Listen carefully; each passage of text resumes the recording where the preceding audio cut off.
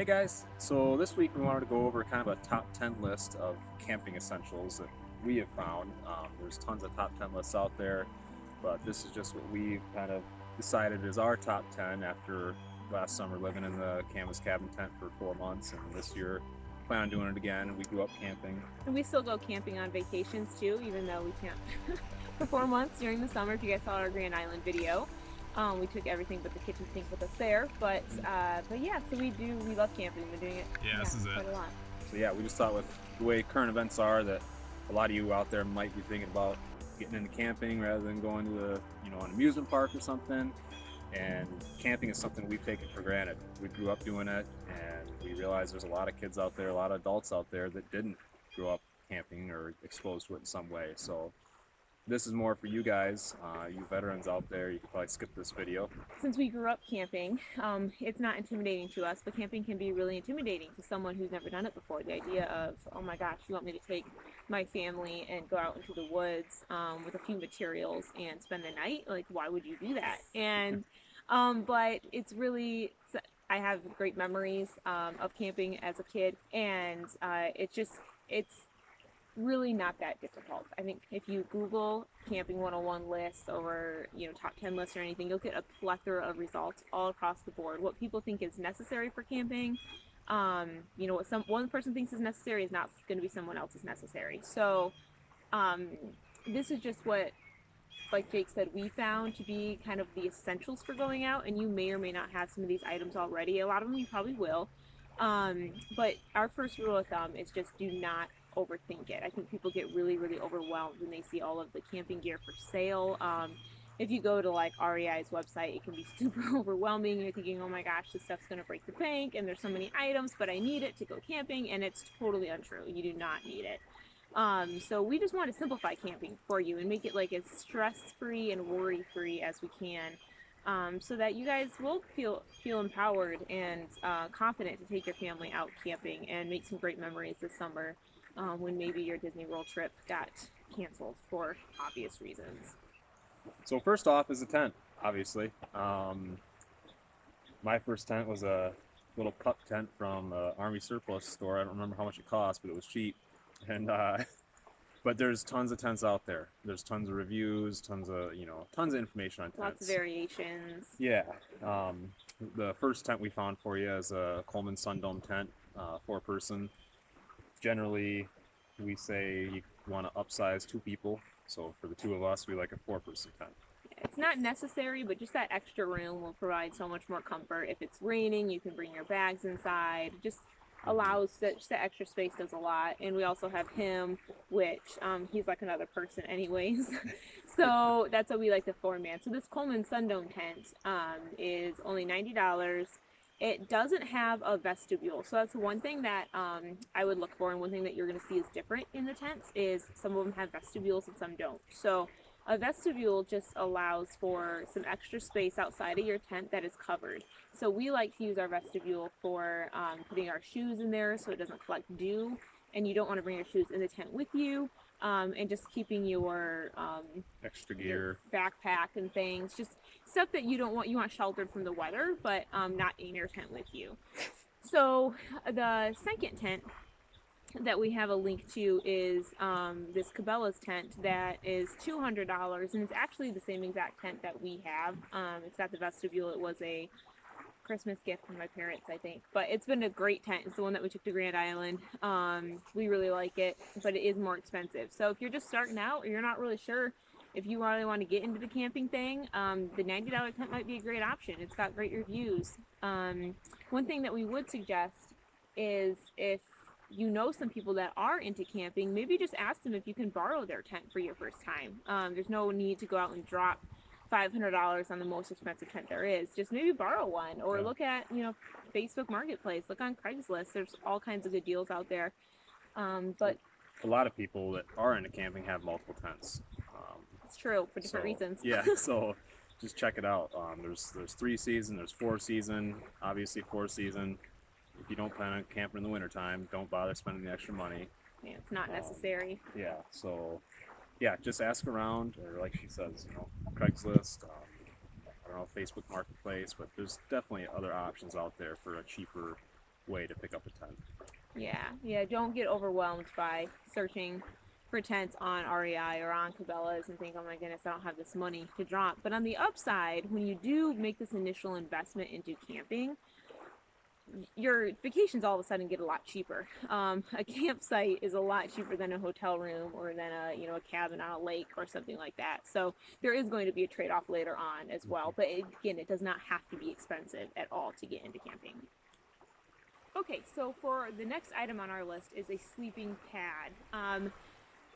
Granted, it is not necessary to have a sleeping pad to go sleep in the woods. We're well aware of that. However, we think that this is probably one of the biggest non-essential essential items out there, because a good night's sleep can make or break a camping trip. So sometimes when you lay out your tent, you don't always see the little rocks or pine cones or divots or anything. Right. And you don't want to take the time to go out and smooth and groom your entire campsite before you put up your tent.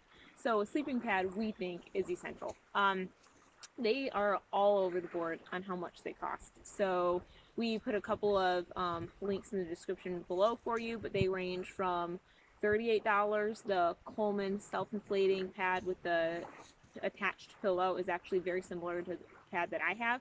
Works really well. It's probably, I don't know, an inch or two thick, but that works really well for me. On the other side of the spectrum, they can go up to $120 or $200. I'm not sure. Jake got one as a gift from my parents that is like mega XL wide. So because they're like, he's a tall guy, he needs space, and so he's going to be sleeping in comfort until I co-opt it from him. So they can go up exponentially in price. But remember, you don't got to spend a lot. I mean, even if you have some extra blankets to throw down, we've done that before. Your teenage boy doesn't need a sleeping pad. If they tell you he does, he doesn't. I didn't have one as a kid. It was just as I got older. Yeah. Kids they're usually fine just Pretty laying durable. on whatever. Yeah, Huxley doesn't get one. He doesn't get a sleeping pad. He wants one, but not yet. When he's old age, we'll get him like an arthritic one. So number 3 on the list is a cooler. Again, probably not essential. There's lots of awesome freeze-dried food out there and such, but if you plan on camping, I mean, you're going to want a cooler, and a lot of you probably already have coolers, but Cooler makes it a lot. It opens up what you can do with your food situation if you have a cooler. And we love food. We love cooking, so for us, a cooler is essential. We have this Coleman. We love it. Made in the USA. For size reference, this is a 70 quart or 100 cans, which kind of tells you where our society is at when they measure coolers by how many cans you can fit in them. But yeah, we love our Coleman. And we provided that on a link in the description below, and it's I think $46 off of Amazon. But again, the most important part when picking out a cooler is just what size do you need. You probably already have a cooler that would work just fine at your house, but maybe you only have a little one for like a lunch cooler or something, and obviously then you'll want to go bigger. So just deciding on how big of a cooler you want is important. And then you might also, if you Google coolers, it can be really overwhelming because they all claim, well, this ice lasts for 10 days and I have ice that lasts for a week. And that's all irrelevant if you're not camping for 7 days or 10 days. And if you don't have access to a convenience store that's only a mile away, that you could get more ice. So again, don't overthink it. If you have a cooler that works just fine and it keeps ice for a few days, perfect for a weekend camping trip, just roll with it. Don't feel like you have to get something fancy for camping. It doesn't have to be a Yeti. No, it does not have to be a Yeti. So our good old Coleman, though, if you don't have one, we do recommend it. It's worked out great for us. It's been through a lot. It has. It's very durable. It is very Been through durable. a lot. So, anyways, and then some of them you'll also notice have critter locks on them. Ours does not. It's a nice feature if you don't have your car available that you can just put your cooler in, but that's the best option just so you don't have to hear the raccoons ravaging your things late at night. But again, ours doesn't have it. We've been on lots of camping trips and it's never gotten broken into. Even when we've gone canoe camping, we sometimes stick it underneath the picnic table, put something heavy on it. You'll find something that works. But so anyways, that critter lock option is nice, but completely not necessary. Number 4 on our list is a good light. A light is essential, we would say, and we have a couple different options when it comes to lights, a few different options. Our favorite light is what Jake is holding. It is a solar panel inflatable light. It has this awesome strap on the top that you can use to hang it from the top of your tent. So at night, if you're playing games or getting changed, getting ready for bed, it's just super helpful that it can be hands-free. It just hangs from the top of the tent. We love the solar panel option because during the day you can put it on the outside of your tent, put it on your picnic table, strap it to the back of your backpack if you're going on a hike, and it just recharges automatically. And we have had those lights for 4 years Yeah, or 4 or so, 5. and they've been through a lot. Yeah. And they still work great. So They're we awesome. put a description on in the comments below, a link to that light off of Amazon. But we would highly recommend them. A great investment, and like I said, they've lasted. Yeah, they always recharge. so We just long. throw them out on the table, go hiking or whatever, and they're great that night. Lucy is a brand name, and they're collapsible, which is awesome too. Yeah, save on that space yeah. when you're canoe camping or So- what have you. And then when you blow them up, it helps disperse the light. It's a really cool product. So we actually have 2 of them, so we use them all the time. The next light that you could take is a headlamp. We also use a headlamp all the time as well. It's just a great, another hands-free option. So for those midnight bathroom breaks, the headlamp is awesome to slap on. Again, not necessary to have both. We have both, but we've been camping for quite a while. So, but it's not necessary to do both. And if you don't want to spend the money on, a headlamp or solar light, a good old-fashioned flashlight works just as well too. You don't have the hands-free options, and obviously has drawbacks. But if you don't want to spend the money, just take your flashlight. Just bring some fresh batteries along, and it still works just fine. It'll get the job done. Phones work too. Yeah, phones. Yeah, the only problem with phones is sometimes they die on camping trips because they're rechargeable. So headlamps actually, Petzl is a good brand that their cheaper models start around $30.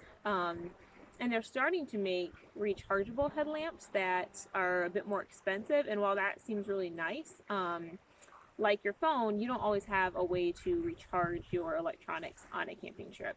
Whereas batteries, you can always bring fresh batteries along. So that's just something to keep in mind when you're looking at light options. That's why we love our solar panel light, is that we just recharge it during the day. And it's always worked well for us when we've camped in various kinds of weather. So it's got a pretty good battery life on it once it gets does. charged Yeah, it's up. LED. Lasts. Yeah, it's great. So yeah, that's our number 4. So number 5 on the list is a means to start a fire. It's pretty essential. And it could be anything, obviously. You all know lighters, matches. Started a fire with a cigarette lighter in a car before. If you have to, it can be done. You can take flint and steel if you really want to Yeah. get serious. If you're a Boy Scout, take flint and steel. But yeah, cheap, it doesn't cost anything. Again, So. don't overthink it. Don't think you have to go buy some special lighter. Just bring your kitchen matches, whatever. Yep. And what is kind of nice to have along, though, is some tinder to start the fire. So dryer lint works really well as tinder. So if you haven't had a lot of practice starting fires, always a good idea to bring some tinder. Not essential, so it didn't make the list, but that's just a tip that take some dryer lint with you. Save it up for a couple weeks before you go out camping, and it can really make starting the fire process a lot easier. Yeah. Number 6 on our list is cooking pans / utensils. So this made the list because while you probably already have your pots and pans at home, you can totally take those. Just be wary that the fire will blacken the bottoms of your stainless steel pans. So I wouldn't take expensive pans with you. But if you have some cheap beater pans that you don't care if they get blackened, then feel free to take what you have. You don't need to get anything special at all. What Jake and I love to take, and we use it every day in our home and all the time while we're camping, is this awesome cast iron pan. A lot of people don't know how to cook with cast iron, and they're really intimidated by cast iron. But it's super simple. So you don't have to wash it, which is amazing. You just heat it up, put some oil in it, scrape it out, wipe it out, and you're good to go. So we can do eggs and bacon for breakfast. Then we can go around and saute trout for lunch, and then do a sweet potato hash for dinner, all in the same pan. So we absolutely love our pan. So we included a link to a similar Lodge cast iron cookware. I think that ours is a 14-inch. I think the link is a 12-inch. But we highly recommend investing in it. We use it almost every day in our house too. So it's super durable. It can't get any blacker. So Made in the USA, Lodges, so that's great too. so we love it. You'll also hear this term mess kits thrown around when you're looking up camping gear. A mess kit is something that you can cook and eat with. So it works like, if I can get this open. Um, so it works like this, and so the theory is that you can go ahead and cook your dinner right in this pan over the fire. We never cook that way because we just cook. This is just like not going to be enough for both of us. So we always use the cast iron pan. But you know, this is great for like when you're in Boy Scouts or something and you each make your own meal. That's, you know, it's It fine. would definitely work if we had to. Yeah, and we linked out to one as well, which is, I think it's $19, and they usually come with a cup and silverware. Mine is missing those components at the moment. So it is nice because it's all inclusive. You have all of your, you know, what you need for your plates and forks and everything all in one little kit. So it is nice, but completely not necessary. And just you can just take your forks and plates and cups from home. You know, don't I wouldn't take glass, but feel free to take sorry, Foxy. Feel free to take whatever you have from home. Again, don't overthink it. You don't need special utensils to eat with while you're camping. Number 7 on the list is a cooking fly and a cooking stove. So again, not essential. We've gone on plenty of camping trips where we just had the fire, but preparing food in the rain is not fun. So a nice stove that you can, you know, put under your camping fly goes a long ways if the weather's not agreeing with your trip. So for the camping, when we say cooking fly or camping fly, that's just, we linked out to one that you can get specifically for camping. It's $25, but it's just basically it's just a glorified tarp. So common theme, if you don't want to spend money on a legit cooking fly, just find a tarp that you have, check up for some holes, grab some rope, and the idea is just to tie up a makeshift awning for yourself to be able to cook under, to find some respite from the rain if that is an issue on your trip. So that's something we decided to include in the essentials. It's not essential, but if you do have a rainy trip and you have some hungry kids, it can just turn into a bad trip real fast. So just having this cook stove and a fly or tarp to cook under is really can be a real lifesaver. So this is similar to what we use, Nicole. Yeah, well, this is again a Coleman, highly recommended. Compact. They make different fuel types. Propane is what we use. Hank Hill is a national treasure, so we like to support that. We have a 2-burner stove that we use, which is nice because you can have coffee going on one and then your eggs and bacon going on another. But they also make single burners. He has a really small, compact single burner stove for backpacking. So they come in all prices, all across the board. Don't get overwhelmed by it. Find one that has some good reviews, purchase it. Again, look on Craigslist or Facebook Marketplace forum as well. Lots of people have these and don't use them anymore, or they had multiple ones for camping. So it's just another nice asset to have on hand, especially if it's your first trip and you just want everything to go smoothly. So number 8 on our list is a first aid kit. Not that you should need it when you're camping, but it's always better to have it and not need it than to need it and not have it. So this is one that we got few years ago. We just keep it in our camping tote, and I don't know as if anything's ever been used out of it. It's just a nice compact thing to have that we always know where it's at and again, we use it just for camping. So we linked out to a waterproof first aid kit that I think is like $18. Again, you can look at the products in a first aid kit and you probably have a lot of the stuff just laying around your house anyway, so you can just pack your own in a Ziploc bag and take with you. But we would recommend just taking some stuff just in case you do need it. But it's not necessary to go out and buy a first aid kit. You can compile your own. But we do like just having one that's all together specifically for camping and we don't touch it otherwise. And our other product that we would really recommend supplementing, I'll let Jake talk about this because he's used it. Yes, a huge compliment to the first aid kit is this product called Tecnu. There is nothing better for poison ivy. It does poison oak too, but this stuff is phenomenal. You will not have any poison ivy if you use this to wash. If you suspect that you were walking through it, clean yourself off. It's got directions for before the rash breaks out and after the rash. So if you realize, oh dang, I did get into some and I didn't realize it, now it's breaking out, you can still use this to mitigate the effects. And this, compared to the first aid kit, we've used a lot. And there are directions for your pet too. If your pet was running through it, now it's going to come to the tent with you. Highly recommended. Tecnu. And we linked out to that as well, and I think it's $12.83 off of Amazon.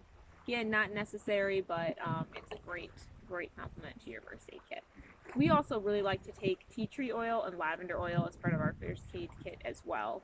Lavender oil has worked amazingly for some burns, and it's just a nice asset to have. Number 9 on our list is a good menu. So while this isn't something that you can go buy necessarily, it is well worth the effort and work of putting one together. So camping is not the time to grab random things from your fridge and set out for a camping trip. So you want to make sure that you have adequate food for all 3 meals, including snacks, portable snacks in case you're going on day hikes. You want to make sure that you have packed some of those as well. And we also recommend doing a lot of prep beforehand. So yeah, cutting up a lot of the vegetables beforehand. It just, as long as you have the ease of your sink and your dishwasher, just do some of that prep before. Pack, if you're doing burgers, pack the burgers, the patties beforehand. Yeah, we'll prep up our hash, like get our hash all cut up and thrown together. Yeah. So you can just throw it right in the pan. Makes camping a lot easier. Yeah, so a lot less cleanup. Yeah, which is always nice. So do as much prep beforehand as you can, and be checking out. I think hopefully later this month we were going to put together also a sample menu that should be landing soon. So keep an eye out for that. Just to give you guys some ideas of what we're talking about when we say plan out a menu. And again, don't overthink it. Just look at, there's lots of recipes out there for good camping recipes, good campfire recipes, good camp stove recipes, make ahead recipes. There's all sorts out there. So. And last on the list is a good camp soap, something that is biodegradable, good, fine for the environment. Camp suds, as we've used it forever. So it's a body soap. You can do your dishes with it. It's an interesting green color. Not sure how they got that, but we did link out to that. You can get that for like $6 off of Amazon. But what we're transitioning to, as we're switching over to a whole non-toxic, as much as we can, more natural, non-toxic way of living, is Thieves Dish Soap, which we've also linked out to. It's by one of our favorite companies, Young Living. They have so many good products that we use on the daily. So if you want any help getting set up with a wholesale account with Young Living or have any questions, please feel free to private message us, and we'd love to help you get started with that. But Thieves Dish Soap is also a great option for camping. Yeah. So now, honorable mentions, things that didn't quite make the list, but maybe should have, or depends on your situation. Sleeping bags didn't make the list because everyone has blankets, and blankets work just fine. But if you're going to get into camping, do it more often. Definitely would recommend looking into sleeping bags. Pay attention when you're going camping to the low temperatures. That's what we always look at, what we're going to be sleeping in. And then when you're shopping for your sleeping bags, likewise, they make a wide variety as a front. Anything that can pack up into a little ball that barely keeps you warm, but is great for summertime. The last thing you want to be is too hot. Also, when you're sleeping in a sleeping bag, that's miserable when you're too hot camping. So, yeah, just do your research. We didn't really link out to anything, but there's plenty of information out there. So many options out there, yeah. And so, again, the point of this list was to make it so easy and accessible to go camping. So, again, you don't need sleeping bags. Don't feel like that's another investment you got to make. It's really easy to go camping. The next honorable mention goes to camping chairs. Again, something that you probably already have. A lot of people do have them laying around. And I didn't make the list because if you're going camping at a campground, like at our campground, we have picnic tables at all the sites. It's not necessary to also bring your chairs, but they are nice. So sometimes you'll go camping somewhere. If you just want to go camping out in the woods and you don't have anything, obviously a picnic table out in the woods, camp chairs are nice. But in a pinch, a 5-gallon bucket works. Your cooler works to sit on. A log dragged over works. So there's lots of alternatives. So it's definitely not an essential. But again, if camping is going to be something that you're going to be doing quite a lot of in the near future, then you might want to grab a couple chairs. Next would be bug spray. Again, not essential to go camping, but highly recommended. Can make your life a lot better. Depends on when you go camping too. Depends on when, yeah, and where. Yeah. So always look at before you go somewhere. Check out, call up, local business or something, and see what kind of bugs they have there and when they're the worst. So for example, at our campground, May and June are going to usually be. It depends on the weather, but those are usually your 2 worst months for mosquitoes and black flies. But they're not. It's not like they're swarming you all the time. And just bring some good bug spray. Yeah, fires keep them away too. And I mean, we prefer the natural products. There's a lot of poison products out there, so do your research. Yeah, we do make our own bug spray using essential oils, witch hazel, and water. And that's all we used last summer when we camped at the campground, and it worked just fine for us. And the next on our honorable mentions list is a backpack. I decided to throw this on the list because it's something that you might not think of for camping, and it's not at all necessary. But if you are planning on doing any day hikes or going fishing during the day or anything like that, it is super nice to have a backpack to put your water in, to maybe take a first aid kit with, to bring some snacks. We've used our backpack so much. It now has sand in the bottom of it constantly. I don't think I'll ever get it out because we have used it so much. So that's just another nice thing to have along. We can bring water for Hoxie wherever he is. Hopefully he's not swimming. So it's just really helpful to have a backpack so you don't have to carry all that stuff on your person. Yeah. And finally, lastly, a canoe. Canoe will take you to the most magical places there are to camp. Just greatly expands your horizons as far as the places you can go to camp, places you can experience. So, and the adventure, the experience of it all, yeah. Of canoeing to your next destination is so fun. So it's it's lots of good memories.